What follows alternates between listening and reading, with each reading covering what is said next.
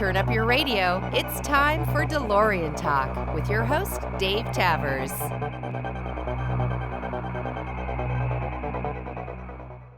Hi, everybody, and welcome back to DeLorean Talk. This is Dave Tavers, VIN 10515.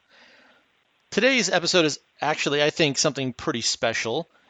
I recently got to get to know an ex-DeLorean owner, but somebody important in the DeLorean community, and turned out that he had an audio tape from June 6, 1987 of John DeLorean telling some of his life story, some of his stories from jail, and talking about the trial. I have listened to it, and it is kind of blew my mind. But I want to do a quick little intro with the person that owns the tape, and that is Darryl Tinnerstet. Hey, Darryl, thanks for joining me here. Thanks for having me. I'm no longer a DeLorean owner, but I'm still very interested. and you have quite a history that I am excited to do a full episode with you on. But today, this is just an intro to this recording of John DeLorean. And I want to say a billion times, thank you for saving it for all these years, and thank you for being willing to share it with everybody. Well, I am a pack rat, so. Me too. And this is something I could see where I would end up saving something like this as well. And I think this is pretty special. I have seen and read and watched everything on the internet related to John DeLorean, I think, like a lot of people have. And I've never, ever heard this or anything like this before. The closest that comes to mind is when DeLorean spoke at the 2000 DCS, and he spoke for about 20 minutes. And there's a couple of things from that talk. That video is up on YouTube that is also in this, but that was, 13 years after this tape. And this goes into a lot more detail of just stuff I've never read or heard before. So I'm really excited to share it. The question for you is, why do you have this tape? How did you get it? And what's the story behind it? Well, I have it because, like I said, I'm a pack rat, and I found it in a drawer in my desk. The story is, I bought my first DeLorean in February of '86. Shortly after that, I joined the Pacific Northwest DeLorean Club. And sometime after that, I bought my wife a custom-made DeLorean necklace that was made by PNDC member Gary Hull. Fast forward a little bit, and about a year, a little over later, maybe the end of May of '87, my wife was working part-time as a bank teller in Olympia, Washington. And a customer came in and spotted that DeLorean necklace and said, "Hey, that's a DeLorean." And then he said, "Did you know that John DeLorean was going to be speaking at a church meeting in the Seattle area in like a week or two?" Of course, we didn't know this. And so she came home, told me that. And so we did some research to find out exactly when and where, and to this day I cannot remember where, but somewhere in the Seattle area. So I got a hold of my friend Mike McDonough, who was the only other DeLorean owner in the Olympia area, and on June 6th of '87, we went up to this church service where he was kind of talking about how he'd seen the light after his problems and all that stuff. They had a couple of other speakers that told other stories, but he was the main speaker. And there was probably about 200 people there. And so then he started giving his talk, and it started from the very beginning of his life as he remembers it and went all the way through the current time.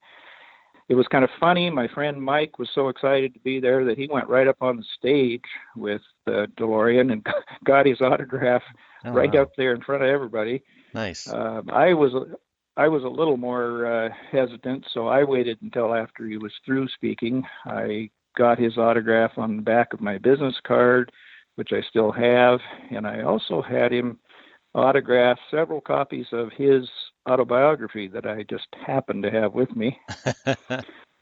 Well, then, at the end of his talk, they told us that they had what I guess you call a gang recorder. It was a cassette audio recorder that had like 15 or 20 tapes recording at the same time.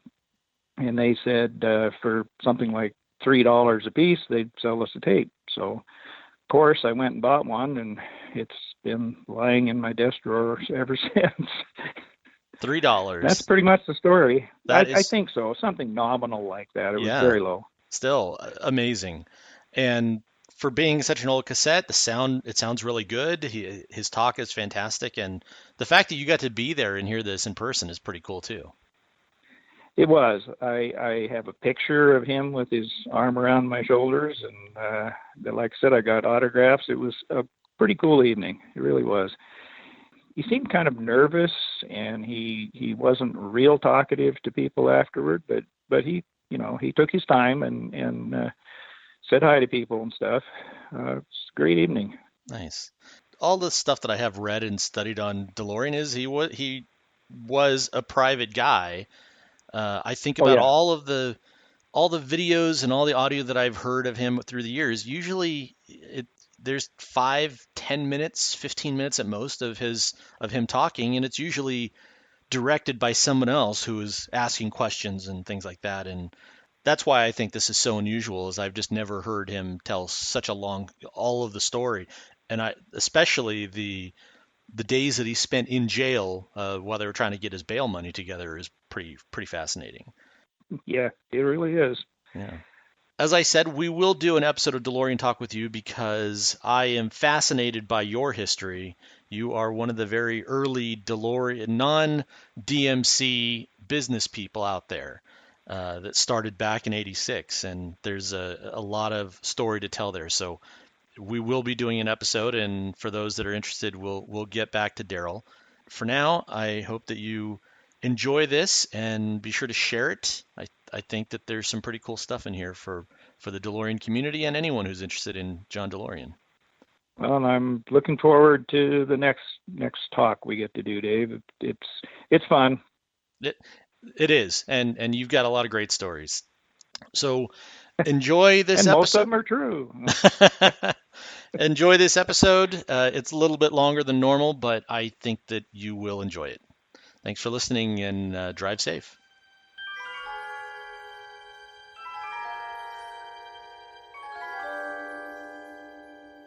Throw a few of these people in, too. And incidentally, Sandra, I'm looking for you to get me a table at Spago next Friday. Now, I tell you, it's a great pleasure to be here, and I was talking earlier about Seattle back in the 70s when I was the head of Chevrolet, and I remember what a horrible, depressing place this was around. In fact, somebody mentioned, I think there was a big sign at the edge of town that said, "The last one out, turn off the lights." Yeah. And when I took a walk today for an hour down to the water and back, and it seems like every other building has been torn down and they're building a new one. It's just marvelous, the dynamicism of this community. Anyhow, it's a great pleasure to be here, and I want to thank you for coming. I guess the object is for me to tell you a little bit about my life, which I'll be very pleased to do, and the impact that the Lord has had on it. I was born in Detroit, and in what today would be called a black and Polish ghetto. I guess in those days nobody knew the difference. And we were extremely poor family. My dad was a factory worker, worked for the Ford Motor Company in the foundry. And in those days, this is prior to the guaranteed annual wage, so what the way that the business community operated in those days in the automobile business is they'd build all the cars they could for about 6 months, and then they'd lay everybody off for the other 6. So fortunately for our family, my father had learned the trade of being a carpenter, so when his 6 months came that he was going to be unemployed, he usually found a little bit of work, so we were a bit better off than some of the other people. But it was a tough time, but of course youth by its nature is a happy time for most people, and I can't say we went hungry. But in any event, both of my parents were immigrants. My mother came over, I think, with her parents from what is now Austria, but they were Hungarian, at about 8 years old. My father was the youngest of 13 boys in eastern France, and so traditionally in European families, the eldest inherits everything, so I think he figured his chances of getting anything were pretty slim. So he ran away and stowed it on a ship over here, I think when he was 13 or 14, and he wound up working around the United States as a cowboy, and then as he grew up and got tough, he loved to fight, so he became a policeman in Gary, Indiana, where every Friday night when these guys got paid, they loved to take on the local policeman, and everybody just had a good time. Anyhow, the only time I knew him, he was a factory worker at Ford Motor Company, and he'd gone through a period which I really didn't come to appreciate till much later in my life, but he was a man who really had a pretty good mind, but he was totally devoid of education, and that's a terrible handicap. And when I see what's happening in some of the bad areas, the South Bronx and some of the areas in the United States, I have a very, very strong feeling on the subject, because in his instance, when he had back in the early days of the union movement in the United States, he was an organizer, and I can remember even as a kid he'd come home with his shirt half ripped off and blood all over it from being beaten up by the goons that Henry Ford had in those days. In fact, I remember one time when I was about 8 years old, about 4 o'clock in the morning, the front door burst open. We didn't open it, and all of a sudden there were 3 of Henry Ford's so-called special service guys who went through the house from top to bottom, searching every nook and cranny. No search warrants, no anything. And of course, because my father had been involved in the union movement, they were looking for any possible company property they could use as a basis for dismissal. But that was the kind of life that the workers lived in Detroit when this all went on. In any event, the one thing my parents learned as immigrants was that the real thing that anybody had to have to get ahead in America was an education, and so that's something they stressed to me and my 3 brothers just constantly, and consequently we're all somehow well educated. I think between us we have about 11 degrees. In any event, I didn't really come to appreciate him. What happened then is after the union movement was over, while the movement was successful, in retaliation, he wound up getting some pretty horrible jobs. And he spent most of his life working in a foundry where the air was so dusty and polluted that you couldn't see your hand 1.5 feet in front of your face. And I remember after he died, I got a phone call maybe 6 months later from the Ford Motor Company, and I said, well, you can come and pick up your dad's toolbox. It's still chained to the post out in the middle of the factory. And they didn't want to cut the chain until somebody from the family was there. So I went over, and of course he and I really never got along. But I never realized what a horrible life that he was leading until I got into this factory and saw this terrible place he worked with his toolbox chained to this post, which by that time had been ransacked and there was nothing but an empty box there. But in any event, as a result of this, he became an alcoholic, which of course is a very serious and pervasive problem in America, and had a tremendous impact on our family life. It was really pretty bad, more for my mother, I think, than the rest of us. Because of getting a decent education, I wound up, as almost anybody who has any education or not in Detroit, in the automobile industry. I wound up working for General Motors, and I was always surprised, primarily as an engineer. I was, in the beginning, surprised when I got promoted, when other people who seemed to have better educations, better families, and so on weren't. And of course, it was I just couldn't understand it. But in any event, I moved up rather quickly. And a funny thing happens to you in any organization when you slowly get to the top. The first thing you know, you're surrounded by a bunch of sort of hangers-on and yes men. And the other thing is, your every move is anticipated. Somebody's there with a limousine or a helicopter or a company plane. And when you go to I remember when I traveled around the country one time, back when I think I was a manager of Pontiac, I was in a hotel somewhere, and there was a gigantic bowl of fruit on a table. And I looked at it and I said, oh, there's no bananas. Well, everywhere I went for the next 5 years, there were 500 bananas. And that's the nature of the kinds of things they did. Well, it doesn't take very much for that to turn you into an egomaniac. And believe me, that's what happens, unfortunately, to too many people. I think you're seeing a great deal of evidence of that in Washington today, where your ego has become so great that you start thinking you're all-powerful. I was very fortunate. I owe a lot to General Motors because throughout my career, I made a tremendous amount of money. I moved up very rapidly. I learned an incredible amount. They gave me a great deal of opportunity to learn things and to participate, to learn what management was all about. I became, by GM standards, pretty successful. I think the records that I set when I ran Pontiac and Chevrolet still stand today, 15, 16 years later. So after doing this for about 17 and a half years, I had been, basically I'm an engineer. And what happens to you in business is you get to a point where you can't be an engineer anymore. If you want to be promoted, you have to be something else, and you become a so-called manager. And of course, that's what happened to me. And first I ran Pontiac for 3 or 4 years, and then Chevrolet, and then later I was promoted to group executive in charge of all the car and truck divisions of GM, which is about 87-88% of the corporation. Being a manager, especially being a group executive, just wasn't fun anymore. When you were an engineer, you had the creative excitement of designing and building things and seeing them come into fruition. As a manager of a division, a competition, you were watching what Lee Iacocca was doing on the other side of town, and you were fighting nip and tuck, and every 10 days your progress versus his was managed and clearly understood by the public. So it was an intense competitive game, and you were like the quarterback of a team. Well, then suddenly when you become a group executive, it was pretty much like owning the stadium, and all of a sudden you're renting out the facilities, but you really don't have much to say about what goes on in them. And in government and in big business, the information that reaches the top is usually what the people down below want to reach the top. It very seldom is the truth, and it's never the whole truth. I decided I'd had enough of that, and I've really had a desire to go back and to do some creative engineering again, and I'd been laboring under a lot of ideas that I had. I wanted to build a car of my own over a long period of time. And at the time, I guess it was an ego trip too, although I didn't think of it as such. I had a whole bunch of altruistic motives that seemed to be involved in the whole thing.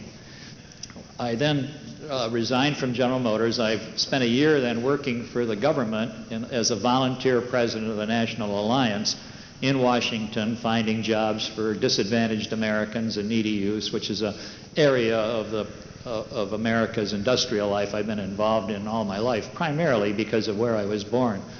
I have great empathy and sympathy for those who have less in our country. In any event, after doing that, I became a consultant then and set up this automobile company. And I left GM just about 14 years ago. In fact, it was 14 years ago last month. And I must say, it proved to be infinitely more difficult than I had in mind, and of course, with many more pitfalls. Reading the Bible, I think Job had his problems for 6 months. I've had mine for 14 years. That's a pretty tough trip.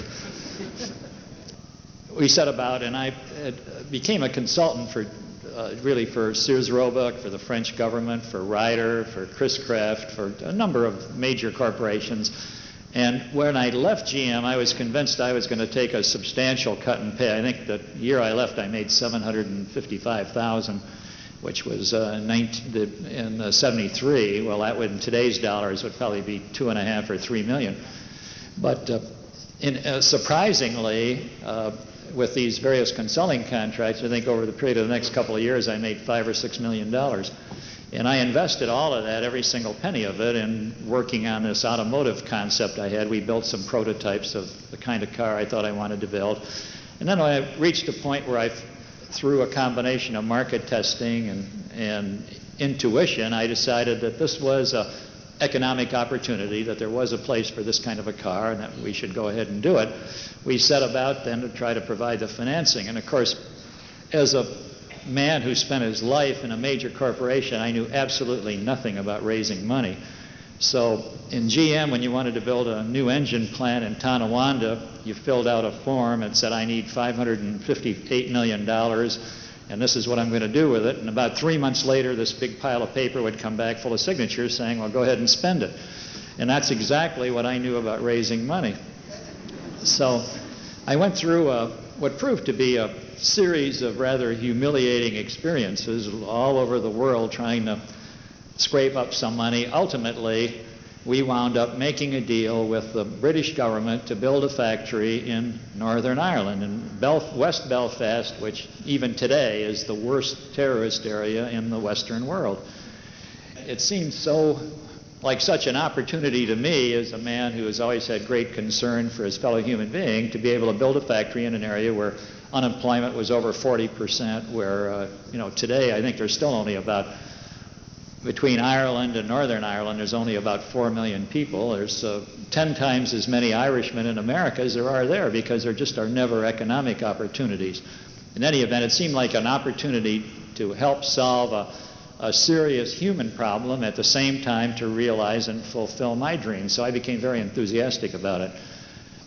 We started to build our factory up there, and in Belfast, when they build a plant here, as most of you in business know, the boss gets the corner office with the view of the sound and so on. There, the secretary sits on the outside, and the boss sits in the middle, because he's got a lot better chance of not getting shot if he's in the middle of the office instead of on the end. And it's amazing, but that's the way it is. I often wondered why the secretaries put up with that, but I guess they figured nobody's going to shoot a little girl through the window. Anyhow, we set about then, under the auspices of the then Labor government, who felt that after all these 600 years of sectarian violence, that maybe the only real opportunity is to get substantial employment in Northern Ireland. And by doing that, if a man has the ability then to provide the necessaries for his family, the nice things that they need, a home and good clothes and a chance at a decent education, that he's much less inclined to go out and get in trouble and try to and get involved in the various terrorist acts that were going on. And we were selected then by the Labor government as sort of a pilot program to prove that theory. We then set about building this factory in West Belfast. We built it on a cow pasture between major Catholic and Protestant developments that over the years had been a battlefield. I think some 40 or 50 people had been killed on that particular piece of ground over the last, over the period of this violence and terrorism.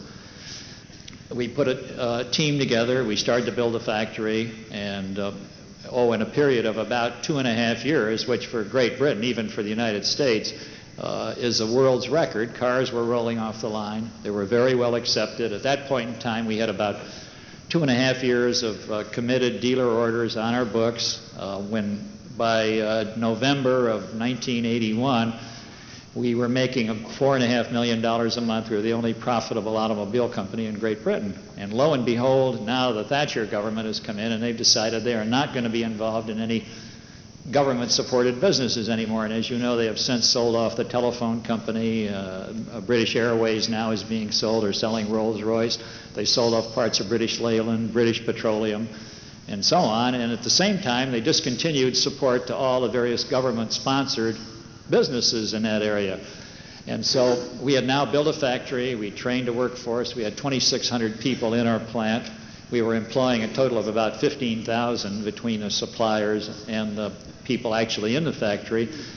And by the terms of our master contract, we were entitled to $93 million worth of working capital. So, of course, I went to the government and said, well, now we need it because we're building cars rapidly and we need the money. Well, they said, you're not going to give it to you. And our contract called for Paris arbitration if there was a dispute. So my law firm in New York, Paul Weiss, which is, you see Arthur Lyman is the attorney who's with that firm in this Iran-Contra thing. In any event, they drafted an elaborate letter making a demand on the British government that we go to Paris and arbitrate. So I took this carefully drafted letter that my attorneys had worked so hard on, and they looked at me and laughed. They said, what, do you think the British are going to go to Paris and let them decide our business? You're nuts. So they not only wouldn't deliver the funds we were entitled to, but they wouldn't even negotiate or arbitrate, and of course, consequently, they wound up putting our company in receivership. At that point in time, and this would be approximately February of 1981, I went into a panically search all over the world trying to find funds to keep the company open. And of course, in retrospect, that was a stupid thing to do, because it was obvious if the British government wasn't going to support an activity in which they had already invested almost $200 million, it didn't make any sense for me to try to save it. But I wouldn't let that happen, I think partly because of a humanitarian concern for the people, partly for the futility of it all, because we'd built a successful company, we'd done everything we said we were going to do. We had orders on the books for the next 2.5 years, and as I said, we were making over $50 million a year at the time they closed us down. So I talked to just about, if somebody told me there was an Arab in a closet, I'd stand outside and read him my sales pitch. That's how anxious I was to try to find money. And doing this all over the world. Well, lo and behold, about this point in time, there's a criminal trial going on in the federal building in Los Angeles, and one of the men involved in the case is a confidential informant named Hoffman, who had been a confidential informant a number of times. In this particular case, he was putting his 2 best friends in prison in exchange for his immunity. And while he was sitting in the courtroom, and this is in February of 1981, he's sitting in the, or February of 82, I should say, sitting in the courtroom waiting to, or up in the FBI headquarters waiting to go down to the courtroom and testify.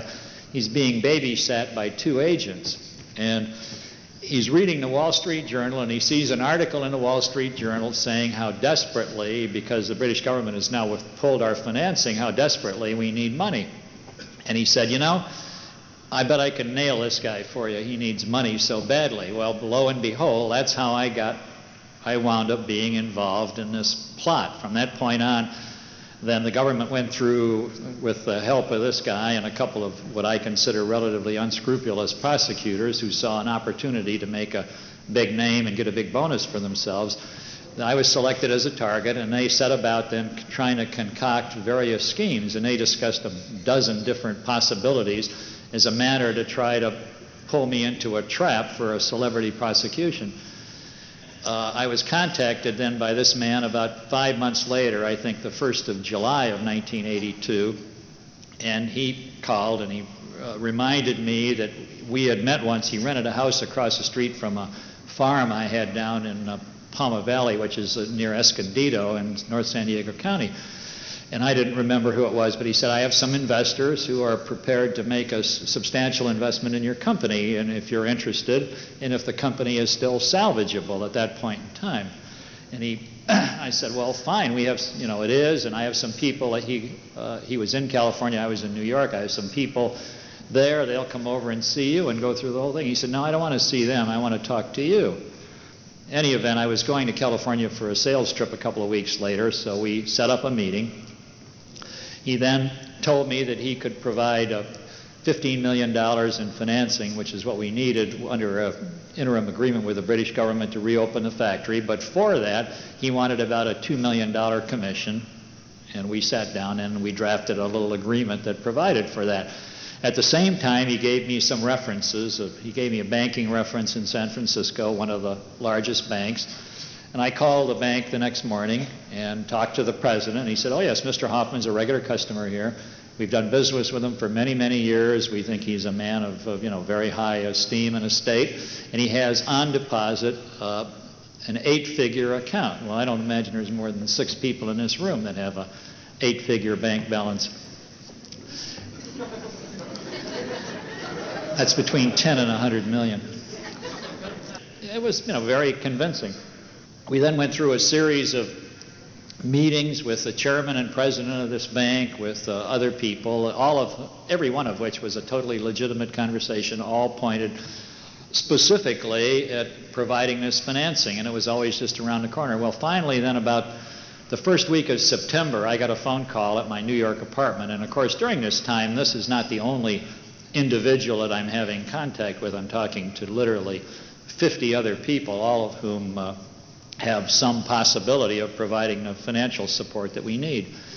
He called me on a Friday night, I think September 3rd, 1982, and he said, if you come to, I'm in Washington at the Enfant Plaza Hotel, said the financing has now arrived and we're ready to close a deal. So if you can come down tomorrow, we'll get it done. So Saturday I jumped on Eastern Shuttle and I flew to Washington, went to the hotel. called his room from the lobby, and he said, well, you have to wait a little while, but he said, you're going to be very pleased. He said, I'm meeting with some people. He said, you're going to be very pleased. I've worked out an arrangement here that will provide not only the initial funding, but all the money you're ever going to need. So in any event, I get up to the room then about 45 minutes later, and we talk initially very legitimately about business, and suddenly he brings up the idea that he's going to invest the commission that he's supposed to get for providing this money, the $2 million commission for the $15 million investment, in a narcotics transaction, and that is going to then be used to, he will then reinvest it in the company. And of course, that's the first I've heard of anything illegal, and I become very upset. I don't know what to do about it. But I leave the room, I go down to the lobby, and I call my law firm in New York, and I said, I think I got myself in a lot of trouble. I said, this is what's happened. I've been talking to these people. I've met the president of this big bank, who this man obviously works for. I met the chairman of the bank, and this is a 40-branch, multi-billion-dollar bank in San Francisco. And now they suddenly are discussing an illegal transaction, and it's obvious that they're all involved in it. So, of course, the law firm said, well, let us think about it when you get back to the city. Call us, and we'll figure out what to do. Well, I get back, and I said, well, obviously, number one, you have no evidence at this point in time. Number two, the two alternatives available to you are not too palatable. Obviously, if this is a organized crime-controlled enterprise, and they own this gigantic bank, and all these people are part of it, which is clearly true. They are people with very deep connections, possibly all the way up to the Department of Justice. So the alternatives you have are, one, if you try to turn them in at this point in time, you'll be asked to become an informant against them. And, of course, to do that, once you've done it, your life is in jeopardy, and you'll have to change your identity and maybe move up to Eureka, California as a supermarket clerk, and your wife can run a car wash or something. And, of course, that was unpalatable because I was still losing. I said, what we would recommend is that you string them along until we find a way to get this to the proper authorities, and we'll use our influence to see if we can find something out about it. But in the meantime, don't give them any money, don't take any money, and don't make any kind of a deal with them, no matter what happens. And of course, now we go through a period which has become quite aggressive. I'm now the president of the bank, who it turns out later is an FBI agent, is starting to make very, very threatening phone calls, threatening my life and threatening other things. Finally, at the end, I can't stand it anymore, and I said, well, I don't care what happens. I tell these people I don't want anything to do with this. And the agent for the government said, well, look at buddy, and this is on a tape recording.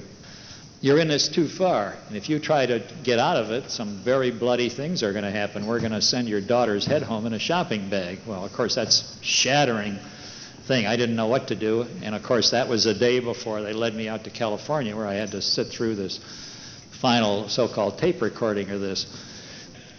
Now all of this has happened, and suddenly I'm arrested. And if you can imagine a contrast in my life, a week before, I'm one of the celebrated executives of America, and I don't know if you can imagine a kind of life. Even today, I look back on it and I'm amazed because, of course, when I went to the Super Bowl, I didn't just go to the Super Bowl. I flew out in Pete Rozelle's plane. I sat in his box. When I went to the Kentucky Derby, the governor of Kentucky sent his plane up and flew us down. When I went to the Indianapolis 500, all of these things you did every year, I was down in the pits with Roger Penske and Mario Andretti. I mean, that's the kind of life. If there was an important function or party anywhere in the city, my wife and I were always the first to be invited. All of a sudden, now I'm arrested and I'm in Terminal Island prison I look around, this guy's a murderer, that guy's a bank robber, here's a spy, another guy's a terrorist. I mean, this is an entirely different world. And of course, at this point in time, you're starting to think, well, maybe I've done something wrong here.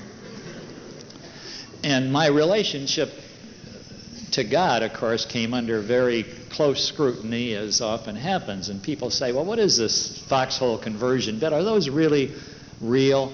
Well, I think what happens is when your life is going spectacularly well and everything is working as good as it can, you're not inclined to look at the spiritual basis for your life or what's going on. I think it's perfectly legitimate, as, of course, Paul did on the Damascus Road. When you really get in trouble, that's the time you take a look and try to figure out what went wrong. And I don't think it makes your commitment any less sure. but it certainly is a time for self-appraisal. Well, I've always been a quite religious person. In fact, for the 12 or 15 years before this happened, I went to St. Patrick's Cathedral every single morning of my life, 7 days a week for an hour, usually around 6:30, 7 o'clock, and for prayer and meditation, or Mass if that was going on. And I don't think I missed 3 times in 12 or 15 years. But somehow I didn't have a real relationship. I felt there was a spiritual void still in my life. Well, about a year before all this trouble started, I had bought a farm in New Jersey, and we then started to rebuild this old farmhouse. And then the following summer, we started spending our weekends at the farm. And my little daughter, who at that time was about 3 years old, started taking really horseback pony lessons from the lady across the street. And because my church was in Manhattan, we asked her what she liked. She said, "Why don't you come to church with us?"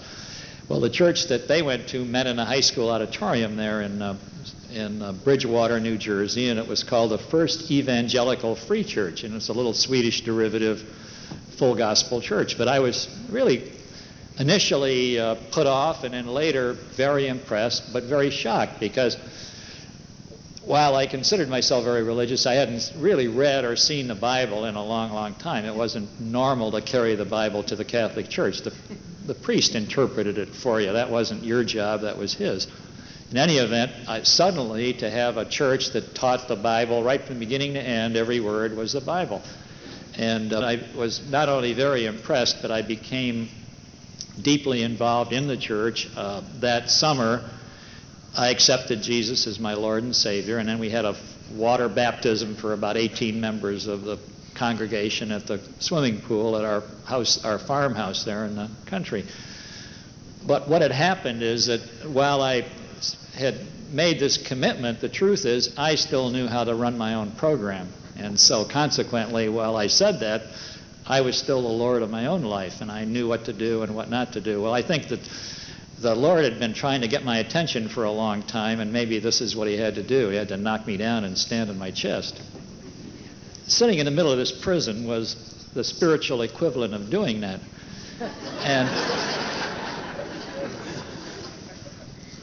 And my wife, now I'm in prison trying to make bail, and they had set my bail at that time at $20 million.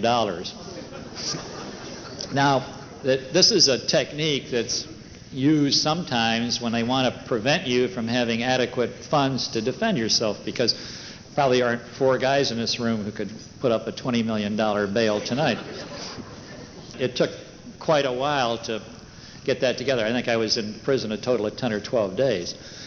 And while I was there, it was an interesting experience, I think, from several standpoints. One is America, as you know, is 85% white and 15% minority. Well, the prisons are 85% minority and 15% white. And the reason for that is that the great gifts of this country are not equitably and equally distributed as they very well should be. My wife, at my request, brought a Bible to the prison, and I couldn't quit reading it. For some reason, I had this absolute compulsion. I started reading it when the first light came in the morning, and I would read it till the lights were turned off at 11 o'clock at night. I just couldn't quit reading it. The only time I took off was we were allowed an hour a day for recreation. We played volleyball, and our cell block won the championship, I might add. Something I'm very proud of.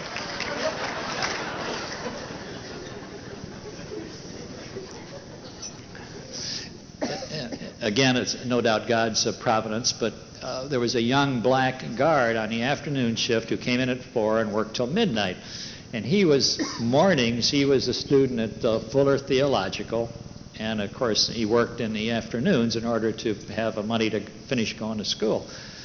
And he and I spent a tremendous amount of time. We had Bible studies with some of the other prisoners, and then he talked to me just forever about Jesus. It was just a wonderful revelation. He had such a simple, beautiful understanding of the Lord and his relationship to all of us. Now about 10 days goes by, and I'm standing there late one afternoon. This is such a vivid recollection in my mind, because there was a little light bulb screwed in the ceiling. I used to lay the Bible on the upper bunk and stand there and read, because that was the only light that was adequate to read by. And the red California sunset is streaking in the window, so it was late afternoon. But and obviously, my emotional state was in pretty bad shape. But suddenly, I felt the most marvelous, wonderful, all-encompassing embrace. It really went right from the top of my head to the floor. It was just like you were back in your mother's arms. It was just, it's impossible to put it in words. And whether it lasted 5 minutes or 55, I couldn't tell you, but it was just a wonderful thing. And the Lord somehow, through all of this, kept telling me, don't worry, everything's going to be okay. Just count on me. And lo and behold, now the next morning, we finally have got the bail thing put together, and my wife comes to take me away. And she looks at me and she said, what happened to you? And I said, what do you mean? Well, now I'd gone through a period, as I said, by that point in time I'd been 5 or 6 years. In the previous 2 years, I think I'd made 43 transatlantic flights. So I was walking jet lag. I didn't know whether I was coming or going. And I'd gotten to the point where I had to take 2 sleeping pills to go to sleep at night. In the morning, I'd wind up taking 6 cups or 8 cups or 10 cups of coffee, whatever it took to wake up. And then I had constant headaches I'd wind up taking 20, 30, 40 aspirin or 222s a day in order to get through this. Well, suddenly, after this experience, and since that time, I've never had a headache. I've never had to take anything to go to sleep. I wake up feeling refreshed every single day. And of course, she looked at my face and she said, well, you look 20 years younger. I mean, don't you realize what kind of trouble you're in? But it was amazing. Well, then we went through, of course, a succession of insane events preparing for the trial. And finally, when the day of the trial came, of course, having the peace of the Lord inside of you, and this is a very awesome thing, because here's a bunch of guys trying to take your life. When you're facing 90 years in prison and you're close to 60 years old, that doesn't, let's see, you'll be 151 when you get out. So it really is any sentence is a death sentence when you get all through with it. We now go through this period of preparation, and again, a number of miraculous or near miraculous things seem to happen. Probably the best way to describe most of those is to talk about the courtroom itself. The first witness who testifies for them is the FBI agent who had taken the role of the president of the bank, of this bank up in San Francisco. And the reason they put him on, he had been an accountant agent for the FBI about 12 or 15 years. He's a very attractive ex-Marine, ex-football player, so they thought they were putting their best foot forward, extremely articulate. Well, one of the things that you're entitled to do as a defendant is to subpoena the agent's daily log, among other documents that you're entitled to. And this is a handwritten log in which the FBI agent is required to write day by day the things that went on and what he did in conjunction to the investigation. And we subpoenaed this man's log, which ostensibly had been written during the time of the investigation between July and October of 1982. Well, in reading it, 17 of the dates were 1983. It would say August 17th, 1983. Well, everybody, and of course the jury, knew you never write next year's date. I don't think anybody in this room has written 1988 yet. You might write last year's date, but you never write next year's date. So it became obvious that this was not the proper document, that it had been fabricated for the occasion. Well, on cross-examination, my attorney, Howard Weitzman, who was incredible, of course, got the agent to admit that he had destroyed the original documents and had fabricated new evidence that was designed to be substantially more incriminating. And that was the result of it. And of course, he admitted that those, that they had been done in 1983. That's why they filed the dates up. And of course, 50 members of the Department of Justice had looked at all this, so you can't imagine why they didn't realize that they, so that obviously the Lord put blinders on them.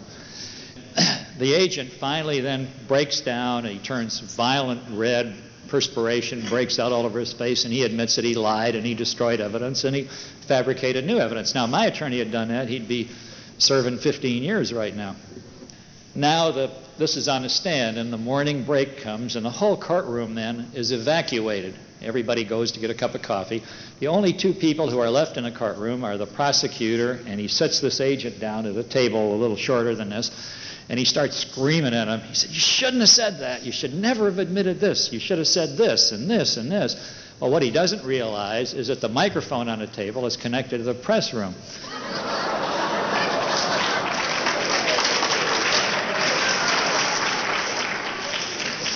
And he is now in front of 104 reporters from all over the world. He is now attempting to interfere with justice and to fabricate evidence and, of course, to coach a witness, all of which are illegal. Well, now the break ends, and, of course, a couple of reporters get my attorney, Howard, in the corner, and they tell him what happened. So Howard can hardly keep a straight face. Meantime, of course, the prosecutor and the agent have never left the courtroom, so they're still in it. Well, the agent gets back on the stand, and Howard says to him rather coyly, he said, "Well, now, is there anything about this morning's testimony that now on subsequent reflection you might want to modify?" Well, of course, the man immediately tries to cancel everything he said and say what the prosecutor told him to say. Well, of course, the reporters start laughing so hard that the judge has to call about a 15-minute recess. Well, subsequently now talking to some of the jurors, they said, well, by the time that was over, it was totally clear to them that, the whole thing was a fabrication. Obviously, if you have any real evidence, you don't have to create false evidence in order to prosecute a case. But looking back on it, between the two trials that I've gone through, I think the government spent something like $54 million. And of course they had, which is more than I think on any combination of trials in history. And the only way an individual, they win about 98% of the time. The only way an individual has a chance is when something like this and the Lord intervenes. Well, a number of other things happened, and I cited that only as one example. Maybe I'll tell you one or two more just to give you a little flavor. The confidential informant, of course, was the only evidence they had against. There was no tangible evidence of any time. The only evidence is a confidential informant. He's a man who has now served 2 felony convictions, has put his best friends in prison 3 times, and he has to keep changing his name because some of them seem to have a little animosity toward him and would like to blow him away. But in the meantime, he's the primary evidence they have. Well, now the prosecutor puts him on the stand, and to start off with, he said, well, why are you doing this to the man? He said, do you dislike the defendant here? Or why? And the guy said, oh, no. He said, I want to repent. I want to redeem myself with society. I want to become a worthwhile, useful citizen again. I want to earn the respect of my fellow man. I know that my life has been wrong. And it's just very touching. And, of course, being an old-time confidence man, it was very convincing. Well, 2 things happened. One is, at that moment, and only for that moment, another attorney who happened to be in the building trying another case stuck his head in the door, and that speech sounded vaguely familiar to him. So he went back to his office that night, and he looked through his files, and lo and behold, another confidential informant, that the same prosecutor prosecuted the case, but it wasn't the same informant, used exactly the same speech word for word. So obviously this was a little bit phony. Well, at the same time, by some miracle, we had subpoenaed the government's telephone logs, and we found that while they claimed all calls had been recorded, we found some 40 calls that had been recorded, but they didn't deliver the tapes, and so, which of course is a violation of the law also. But in the process, in the box with the telephone logs was a copy of a telegram from the head of the FBI in Los Angeles to Webster, at that time the head of the FBI, and also to the head of the Department of Justice, saying, we really have a problem with this informant. He has said unless he gets 10% of all the money confiscated in this case, he's going to blow it sky high. Well, of course, under the law, any exculpatory evidence must be delivered to the defendant. So, of course, the prosecutors violated the law by withholding this evidence, and of course the judge just went totally insane. The words he used on the prosecutors were terrible. And of course when the jurors heard this telegram, again, it was totally gone. 50 people from Washington in the courtroom every single day. Now, during the course of the trial, of course, a number of things happened, but one man, somehow, one of the agents who'd been a co-case agent, suddenly decided that he just couldn't, his conscience wouldn't let him go through what he was going through with. So he came to Howard Weitzman and he said, I'm going to have to tell the story. So he came out, and he, of course, is the one that said I had been picked out of a newspaper, and he discussed all the various crimes they were trying to decide how to frame me with. And ultimately, because he showed up, of course, the prosecutor decided to get their slates clean. Surveillance, they're required, as opposed to a telephone surveillance, they're required to have a certain form filled out, which must be approved by the officials in Washington. Well, they never bothered to do that. And of course, later on, there was a investigation by the GAO or something, and they decided they better get their skirts clean. So months and months later, they then created these documents, and they backdated them 3 or 4 months. And this included 3 levels of the Department of Justice, right up to the very top. And that's the same crime, as you know, that Richard Nixon's attorney went to prison for.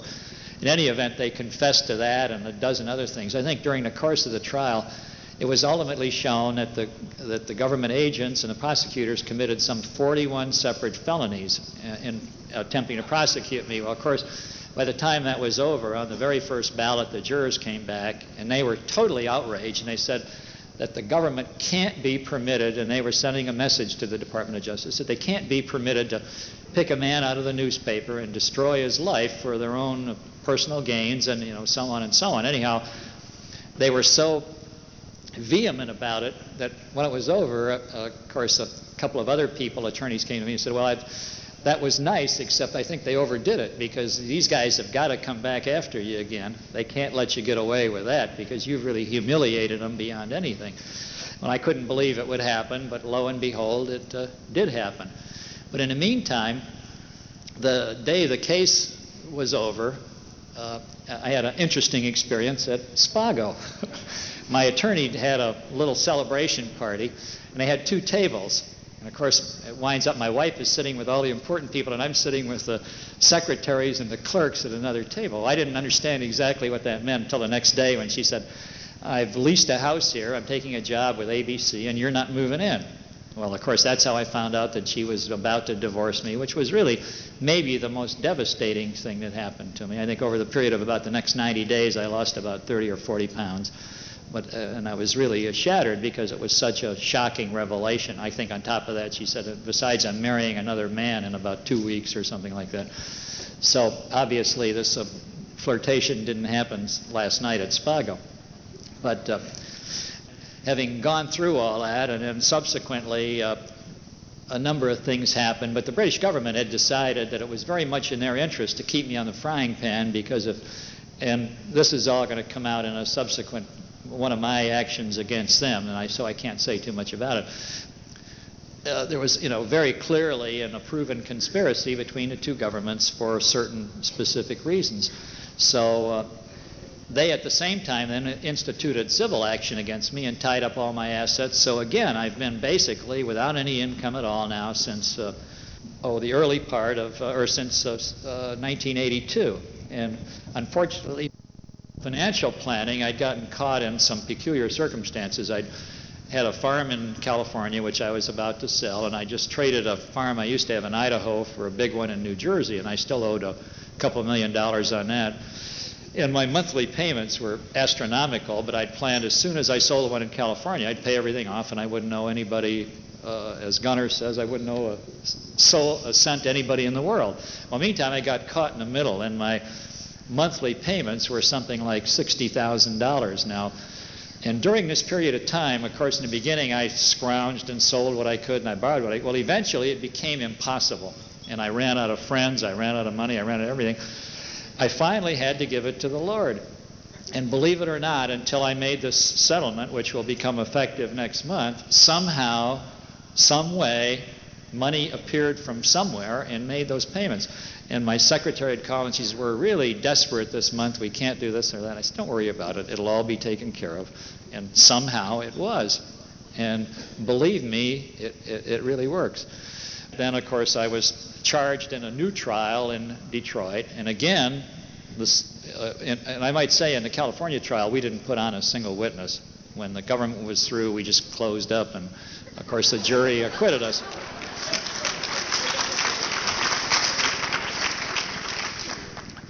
In the Detroit trial, an almost similar thing happened in that in the process they were trying to make the allegation that I had made an agreement in my company with a non-existent corporation.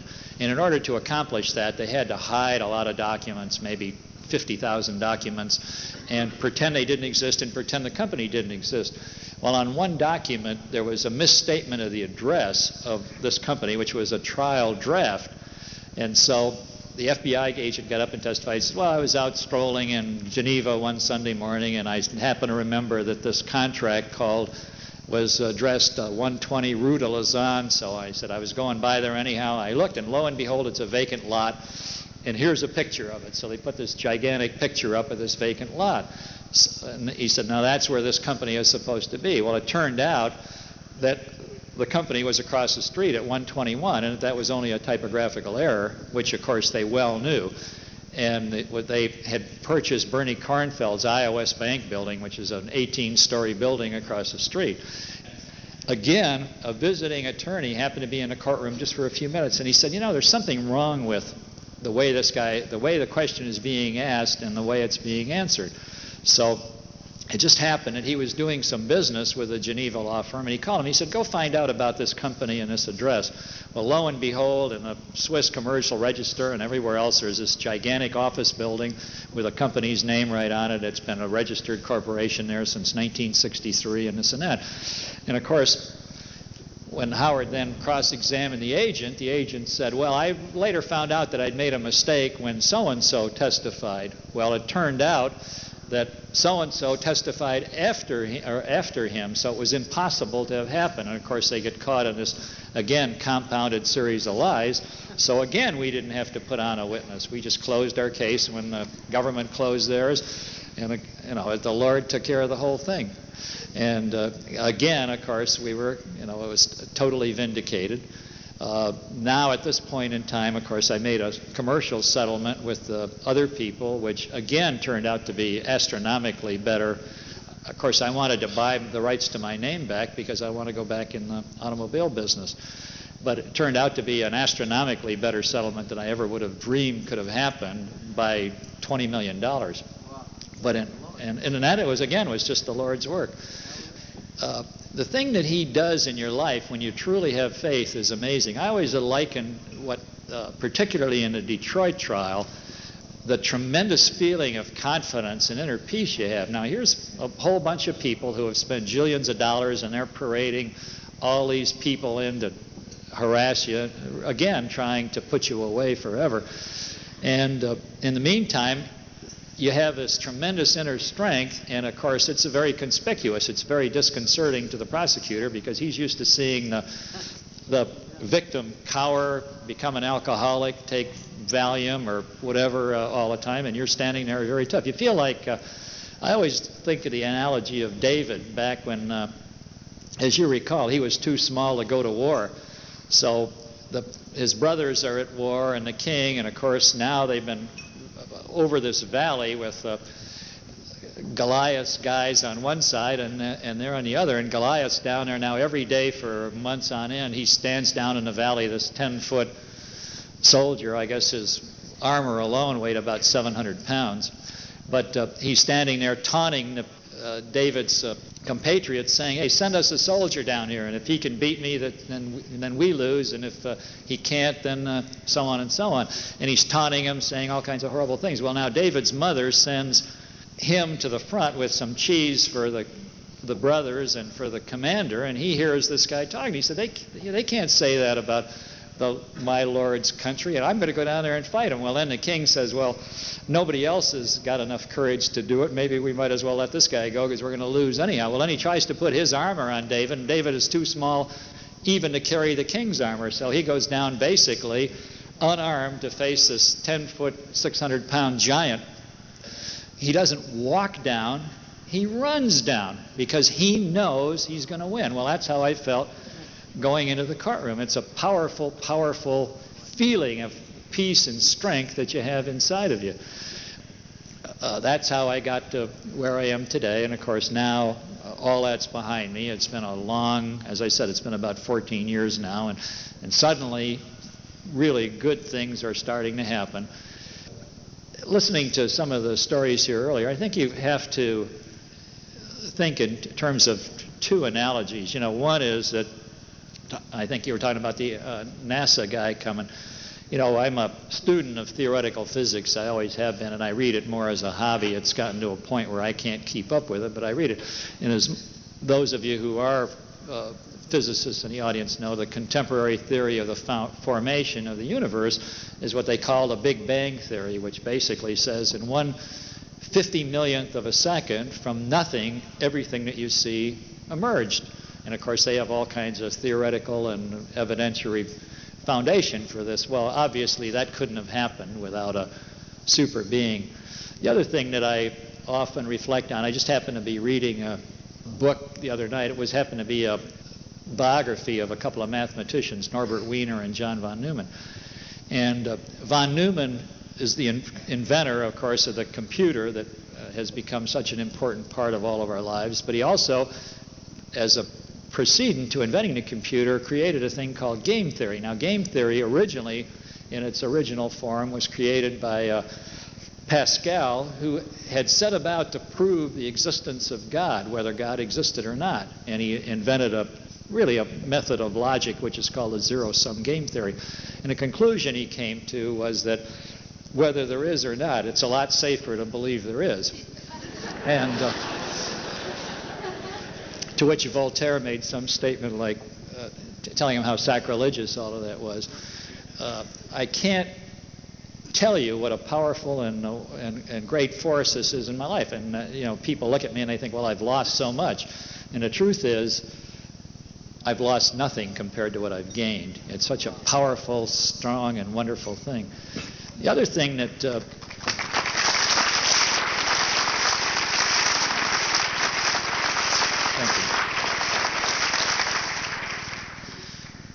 other thing that is important in all this is even if you win without the Lord, you're not going to do any good anyhow. I happened to be reading War and Peace again the other night. And one thing Tolstoy said about Napoleon at the peak of his power, he said Napoleon was incapable of a single moral thought.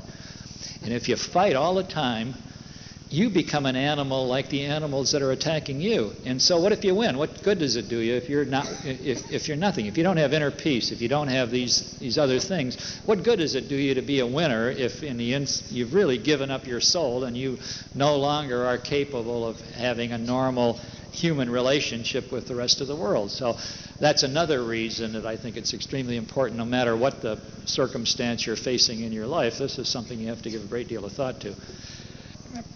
I think instead of my going on, what I would like to do now is if anybody'd like to ask a question or two, I'd be pleased to answer any. Yes, sir.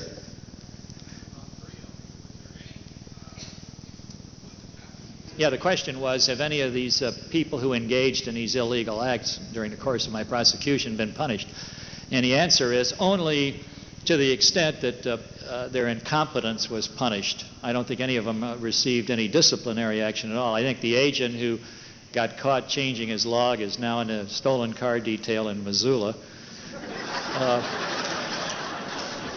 The prosecutor who spoke inadvertently into the microphone is now shuffling papers and down in the basement of the federal building, but none of them were given any discipline at all. And as a consequence, and I'm doing this and I have absolutely no hard feelings or animosity toward any of these people. I've forgiven them all.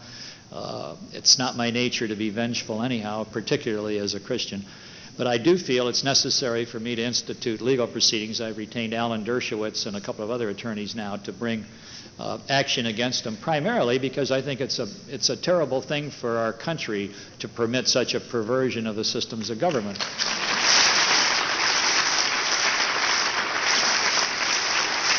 Yes, sir.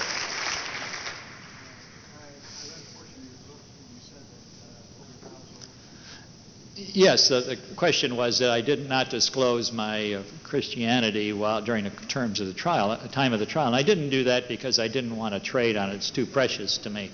And I felt that after it was over, it was time enough. We're going through a period, and I think that the need for the for the Bible and the Lord in this world has never been more serious than it is right now. You know, America really is the protector of individual freedom in the whole world.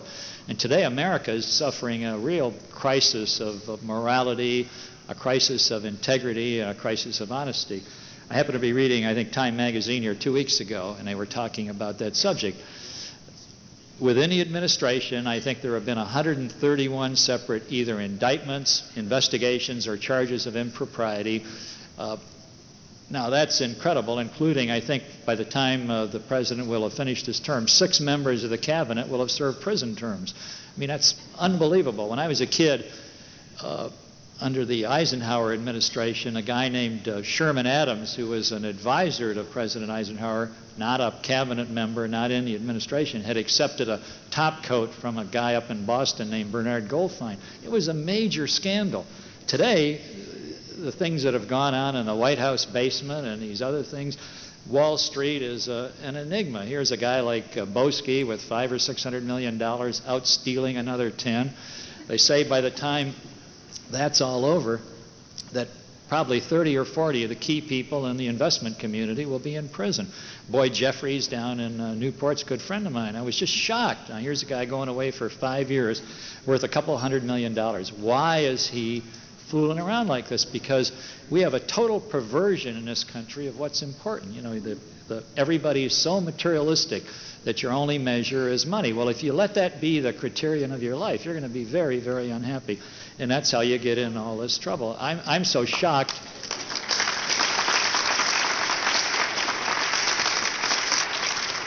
I'm so shocked with the young people, particularly in the East, the so-called yuppies. Their only ambitions in life are the BMW, the big apartment, and a little cottage on the beach. And no matter what you have to do to get that, getting that is the objective. Well, that isn't the objective at all. You know, probably the most intelligent and wealthiest man that ever lived in the history of the world was King Solomon. And if you read Ecclesiastes, I think it's interesting because when he gets all through and he had 700 wives, 300 concubines, the 40,000 best horses in the world, tens of thousands of acres, tons of gold. Can you imagine 700 mother-in-laws? But when he got all through, he said, all of this is for nothing if you don't have the Lord. And that really is true. And that's, unfortunately, what happens to people who set a materialistic objective as their only goal in life. If that's all it's about, then you don't need to be here. You're not necessary. Excuse me. Now, here's a young man over here. Thank you.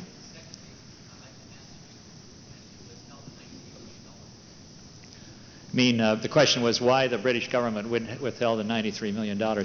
Yeah, that's now become pretty clear, and that's, of course, one of the causes of action that we're bringing against them, and that'll be done very quickly. I can't discuss it at this time, but we have now a great deal of documentation that supports our position. Yes, sir.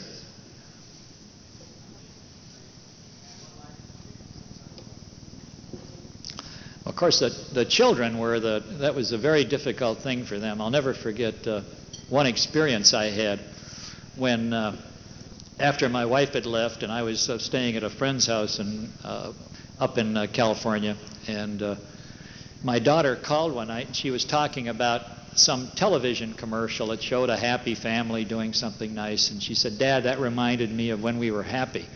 And nothing ever shattered me so much. I was totally devastated for a couple of days after that. So the impact on the children has been very substantial. But I think that there's two things that you always have to remember. And one is, certainly the Bible says this many times, but so do a lot of other people, that all of these various trials really, eventually, if they don't kill you, they make you a lot stronger. And if you let them be a growing experience, and if you can't avoid them, you better let them be a growing experience, they actually make you a better person. They certainly get your perspective in order. You know, it's like being on a ship that's going down and you can only save one thing. Well, now you have to decide in a matter of minutes what one thing is the most precious to you in your life. But it helps you get your perspective in order. And I think that the truth is, if you don't allow it to make you bitter, that it is a very positive and constructive thing. In terms of what will I do from now on, I honestly feel that the best part of my life is still ahead of me. I have a lot of plans. I now have a lot of opportunities.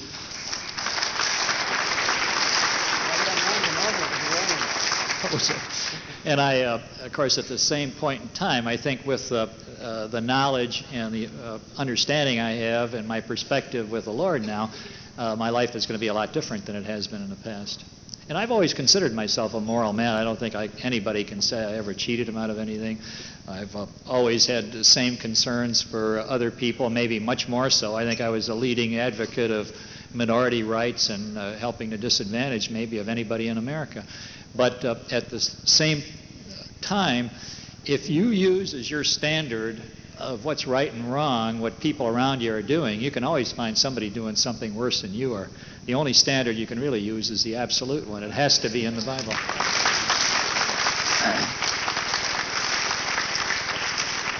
Yes, sir. Back in the corner.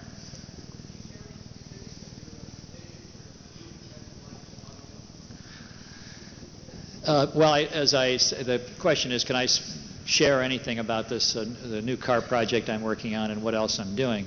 First, I'm involved in a couple of ministries of my own. I'm a co-director of a home for homeless people down in San Diego, the New Start in Life Center, which I've been working hard at. We're in the process now of trying to build a new home for homeless people in downtown San Diego.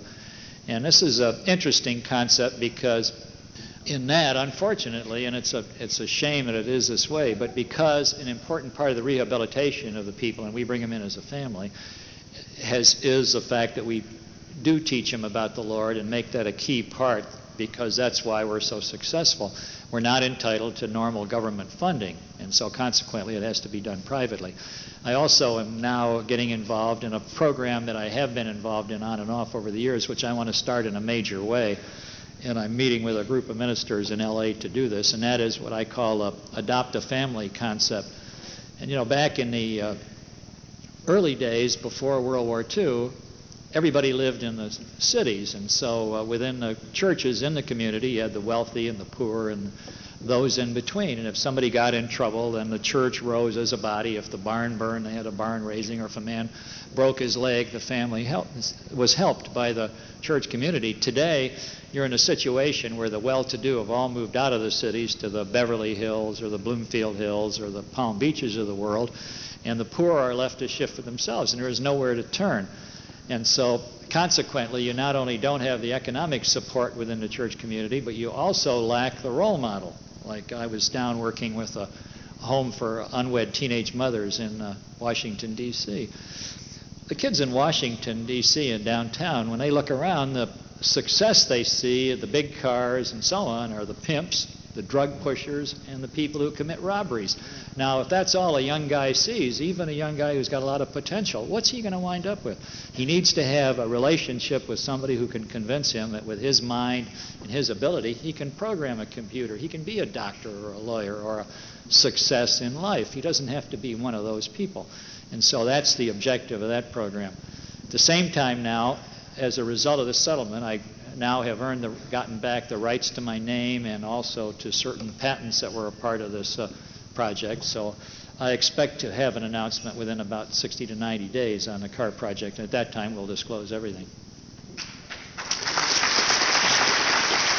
I talking too long? Anything else? Yes, ma'am.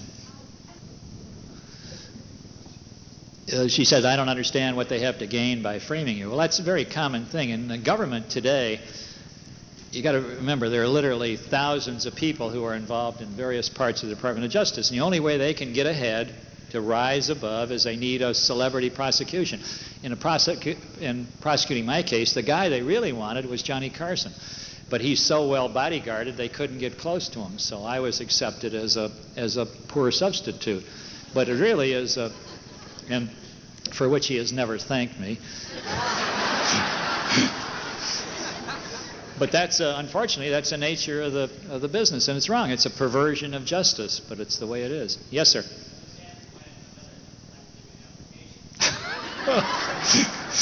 Would you be embarrassed if I kissed you? Yes. What I do plan to do is now parts have become very difficult for the old car, and I'm planning now to try to recover the tooling. When it looked like I was going to be acquitted in California, the British government took the body dies from the car and threw them in the ocean. We now are trying to put together a project to send some divers down and bring those back up. If they may be salvageable or they may not, a couple of years of salt water could have eaten them away. But in any event, I do plan to provide spare parts for the old cars, but at the same time, the new car is very different than that. Yes, ma'am. She says, any ladies in my life?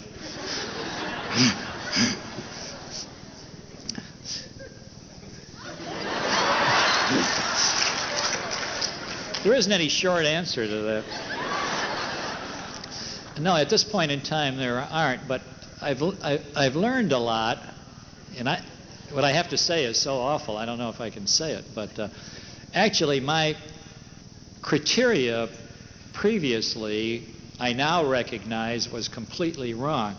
And that, of course, every relationship I've ever had and every marriage was totally based on physical, sensual aspect. And I think the virtue of a Christian relationship, especially to the young couples in this room, and I see a lot of young people, is that with a Christian relationship, I now recognize that you become friends first, and you really know each other as people.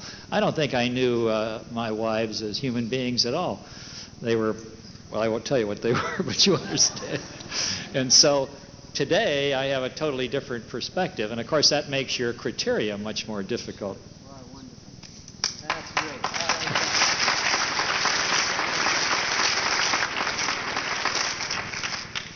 However, applications are being accepted. Send photographs. Yes, sir. Thank you. Oh, no, they still are doing all those things. In fact, one of the things that happened in our case, which I didn't mention, was that the FBI hired a couple of people to plant narcotics in my attorney's car because they felt he was too aggressive. Well, it turned out that one of the people they hired's brother had been saved really by my attorney, so they came to him and they told him the whole story. Well, then he took them down, and statements were taken by the, everybody, but nothing's ever happened.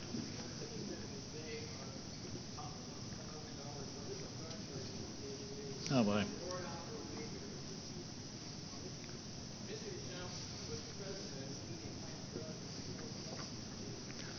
Can I make an observation? It's obvious that, well, you no doubt were treated badly, that you have a lot of hostility in your heart, and it's going to ruin your life now.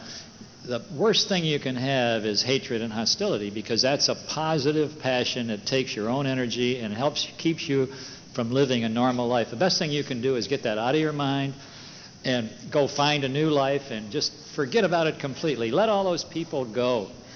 The Lord's going to take care of them when the time comes. Now I'm going to have, let's see, let's have one more question, and that's it. Here is a young...